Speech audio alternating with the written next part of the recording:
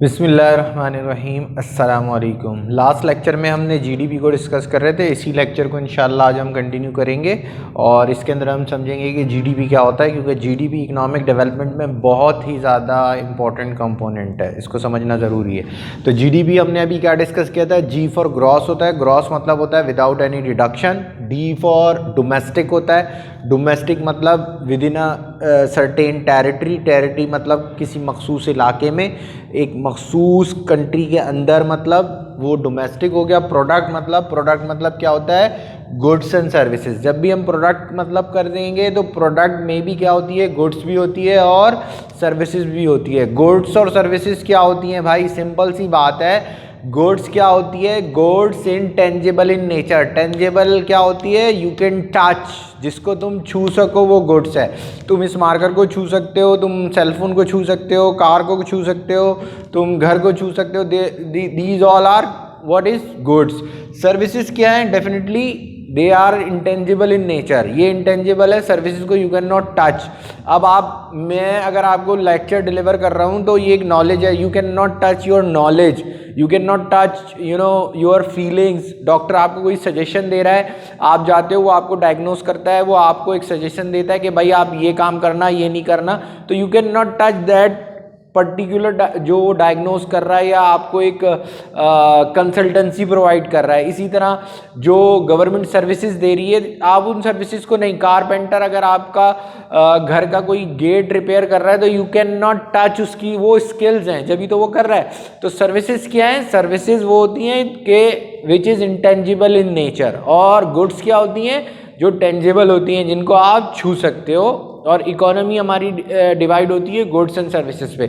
जहाँ पर भी हम बात करेंगे या तो लोग गुड्स से रिलेटेड होंगे या किससे रिलेटेड होंगे, सर्विसेज से। क्लियर हो गई बात। तो प्रोडक्ट मतलब क्या है, गुड्स एंड सर्विसेज।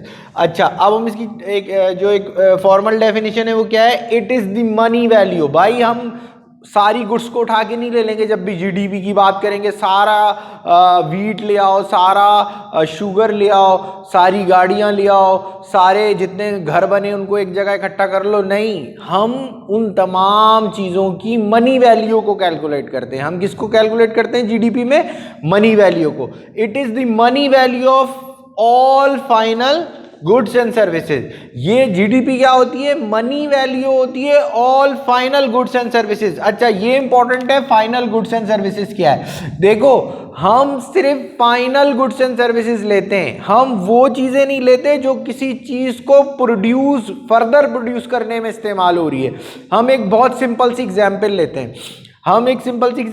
हैं, जैसे इम्तियाज स्टोर है, ऐसी ही दुनिया में बहुत बड़े मार्ट हैं। जैसे वॉल मार्ट है, वो बहुत दुनिया के एक जाइंट मार्ट में से, उसमें आपको हर चीज़ मिलेगी।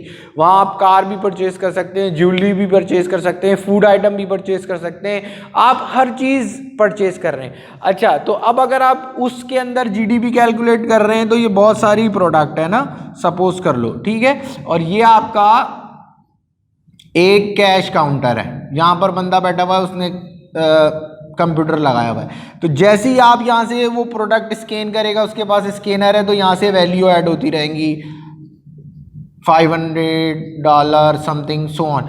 जैसे जैसे ये करता रहेगा तो जब जो प्रोडक्ट आप लेंगे उसकी प्राइस नीचे आती रहेंगी। यानी कि आपने कार्स ली, आपने क्लोथ लिए, आपने फूड आइटम लिए, आपने ब्रेड ली, तो इन सब की वैल्यू ऐड कर लोगे, ये फाइनल है ना, इन सब की वैल्यू ऐड कर लोगे तो ये क्या आ जाएगी, जीडीपी। बट देखो, अगर एक बेकर है, बेकर मतलब बेकरी वाला है, वो एग ले रहा है, अब वो एग ले रहा है, एग लेकर वो उससे केक बनाएगा। अब एग लेगा, वो फ्लोर लेगा, वो शुगर लेगा, तो ये चीजें जो बेकर खरीद रहा है ना, ये जीडीपी में नहीं आएंगी। क्योंकि अगर ये जीडीपी में आएंगी, सपोज करो उसने, मैं बहुत इजी एग्जांपल में समझाता हूं कि वो जीडीपी के अंदर उसने एग लिए 100 रुपए के, ठीक है। उसने जो जिससे वो फ्लोर होगा, मैदा होगा, वो उसने लिया सपोज कर लो 150 रुपए का, सही है। और फिर उसने क्या करा, उसने और भी उसमें क्रीम व्रीम डाली, वो क्रीम उसने ले ली 100 रुपए की। तो उसने टोटल, जो बेकर है, बेकर ने कितने की परचेजिंग कर ली, 100, 200, 300, 350 की। तो अगर हम इस 350 को जीडीपी का पार्ट बनाएं फिर वो क्या करेगा, इससे केक बनाएगा। अब केक डेफिनेटली वो 350 का नहीं बेचेगा, वो केक उसने 350 का केक बनाया है तो सपोज कर लो वो 500 केक की प्राइस रखता है, ठीक है, केक की प्राइस उसने रखी 500, तो 500 तुम दोबारा जीडीपी में लोगे, फिर क्या करोगे तुम 500 दोबारा जीडीपी में लोगे तो जीडीपी में टोटल कितना चला जाएगा 850। मगर ये रॉन्ग हो जाएगा, क्योंकि पहले तो तुमने क्या करा, पहले तुमने 350 जो रॉ मटेरियल की कॉस्ट थी वो भी तुमने जीडीपी में लिया, और इस 500 के अंदर भी ये 350 ऐड है, तो इसको कहते हैं डबल काउंटिंग हो जाना। तो हम डबल काउंटिंग को अवॉइड करने के लिए जब कोई प्रोड्यूसर या मैन्युफैक्चरर कोई इंटरमीडिएटरी गुड्स लेता है, वो गुड्स जिससे मिलकर कोई और चीज बना रहा है, ऐसी चीजों को हम शामिल नहीं करेंगे। हम सिर्फ फाइनल या फिनिश गुड्स एंड सर्विसेज को शामिल करेंगे। हम सिर्फ जीडीपी में किसको लेंगे, हम सिर्फ जीडीपी में लेंगे केक को। हम उसके इन बिटवीन जो चीजें ना, उनको हम जीडीपी का पार्ट नहीं बनाएंगे। समझाने का मकसद ये था कि जब हम जीडीपी की बात करेंगे तो जीडीपी में क्या आ रहा है, all final goods and services. Cake अगर एग कंज्यूमर परचेज कर रहा है, बात समझें, अगर एग या अंडे कंज्यूमर परचेज कर रहा है जो डायरेक्टली घर पे जाके सुबह नाश्ते में बॉईल करके खा रहा है या फ्राई करके खा रहा है, तो वो जीडीपी का पार्ट है, क्योंकि वो उस वक्त अंडे, ब्रेड, आटा फाइनल गुड्स एंड सर्विसेज है ना, फाइनल प्रोडक्ट है, उसको डायरेक्ट कंज्यूमर कंज्यूम कर रहा है। बट अगर कोई इंटरमीडिएटरी उसको खरीद रहा है, यानी कि कोई बेकर खरीद रहा है या वो जो कोई फर्दर उससे चीज बनाएगा वो अगर लेगा, तो वो जीडीपी का पार्ट नहीं होगा। इसी तरह अगर कोई बिरयानी बनाने वाला इम्तियाज जाके टमाटर खरीदता है या उसके लिए गोश्त खरीदता है या डिफरेंट मसाले खरीदता है, तो वो जीडीपी का पार्ट नहीं होगा, क्योंकि वो बिरयानी वाला उससे उस तमाम चीज़ों को मिलाकर बिरयानी बनाएगा और बिरयानी को सेल करेगा। तो बिरयानी जो है वो फाइनल गुड्स है।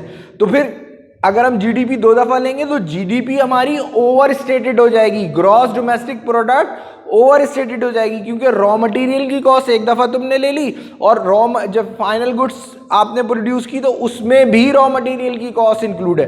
बट अगर यही बिरयानी मसाला, यही टमाटर, यही चावल हम कंज्यूमर खरीदेगा, जो एंड कंज्यूमर होगा, जो अपने घर पे जाकर कोई सेल करने के लिए बिरयानी नहीं बना रहा, वो अपने घर पे जाएगा और हमारी फैमिली वाले लेते हैं, वहाँ से खरीदते हैं, हमारे घर पे डायरेक्ट कंज्यूम होता है, तो वो चीज़ अगर इम्तियाज से खरीदेंगे तो वो जीडीपी का पार्ट होगा। बात समझ में आ रही है? इसी तरह और अगर मैं आपको ऐसा क्लियर करूं कि इम्तियाज, लोकल एग्जाम्पल की बात कर रहा हूं मैं, इम्तियाज हमारे यहाँ पर बहुत बड़ी फर्म, ज़्यादा पाकिस्तान के अंदर जो इम्तियाज सुपर स्टोर हैं, जो आपके यहाँ पर भी है, कराची में डिफरेंट जगह है, वो बड़ी बड़ी फर्म बहुत ज़्यादा डिस्काउंट इम्तियाज को ऑफर करती हैं, क्योंकि इम्तियाज बहुत बल्क क्वांटिटी में उनसे ऑर्डर लेता है। लाइक जिलेट वाले हैं, लाइक शान वाले हैं, लाइक लक्स वाले हैं। तो आपको इम्तियाज लोग क्यों जाते हैं कि उनको कंपैरेटिवली थोड़ी सी लो प्राइस पे चीज़ें मिल रही होती हैं। बात समझ में आ रही है? तो अक्सर दुकान वाले, हमारे जो लोकल कंज्यूमर है ना, ये मैंने खुद ने देखा है कि हमारी तरफ एक स्टोर था, वो जो क्रीम, शैम्पू और ये इंपोर्टेड आइटम है ना, वो इम्तियाज से खरीदते हैं। पहले लोग जाते थे बोल्टन से, जोड़िया बाजार से, होलसेलर से लेते, मगर होलसेलर से भी ज़्यादा डिस्काउंट ये जो कंपनीज हैं ये इम्तियाज को देती हैं, क्योंकि इसकी सेल ज़्यादा है। तो अब हमारे शॉपकीपर क्या कर रहे होते हैं, हमारे शॉपकीपर अक्सर, तुम अगर इम्तियाज में नोट करना कि ट्रॉली में काफ़ी चीज़ें भरी हुई होती हैं, कोल्ड ड्रिंक बहुत ज़्यादा, सिर्फ एक ही कोल्ड ड्रिंक भरी हुई होती है, तो वो एंड कंज्यूमर नहीं ले रहा, वो शॉपकीपर ले रहा है, क्योंकि वो उसको इम्तियाज में जो डिस्काउंट मिल रहा है वहां जाके अपने घर की शॉप में या इलाके की शॉप में वो उसको महंगा बेच रहा है। अक्सर क्रीम्स होती हैं, शैम्पू होते हैं वो इंपोर्टेड टाइप के, वो भी ज़्यादा क्वांटिटी में। तो अगर जब शॉपकीपर ने इम्तियाज से खरीदे वो बल्क क्वांटिटी में, यानी कि ज़्यादा क्वांटिटी में शैम्पू और कोल्ड ड्रिंक, वो भी तुम इंक्लूड करोगे जीडीपी में, और फिर जब वो खुद जाकर बेचेगा इलाके में, तो वो एक प्रोडक्ट की 2 दफा वैल्यू आ जाएगी जीडीपी में, तो हमारी जीडीपी हमें सही नहीं पता चलेगी, रॉन्ग हो जाएगी। इसलिए अगर इंटरमीडिएटरी गुड्स को हम नहीं लेंगे, जो फाइनल कंज्यूमर खरीद रहा है सिर्फ उसको लेंगे। तो यहां तक बात समझ में आई।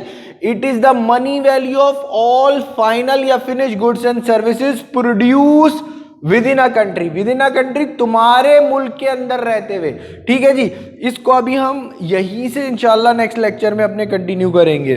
ठीक है जी, thank you so much, thank you so much, अस्सलाम वालेकुम।